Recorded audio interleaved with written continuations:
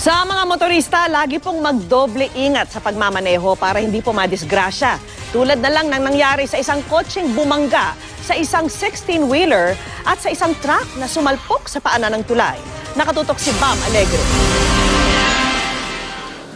Wasak ang harapan ng truck na ito matapos sumalpok sa paanan ng Mabini Bridge sa Maynila pasado alas 4 ng madaling araw. Mabuti na lang, nagalusan lang ang driver na si Rodolfo Carlos at ang kanyang pahinante. Doon lang ako sa may bandang pagitna na, dito pababa. Ngayon, may preno pa ako. Tapos nung pag anong yan, biglang dumiretso na. Wala na, makita ko dito may kotse, dalawa. Hindi ko naman pwedeng kaya ginawa ko, ginilig ko na lang kaysa makapatay ako.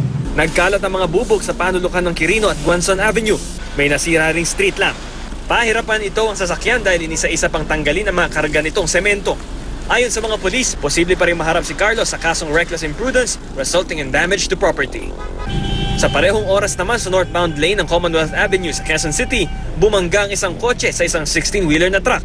Ang driver ng kotse, hindi raw napansin na nakatigil ang truck sa harapan niya. Huli na raw nang matapakan niya ang preno. Hindi naman daw siya inaantok, pero aminado siyang puyat siya. Wala naman halos pinsala sa truck at galos lang ang tinamo ng driver ng kotse. Pinaalis din siya matapos kunan ng pahayag. Bam Alegre, nakatutok 24 oras.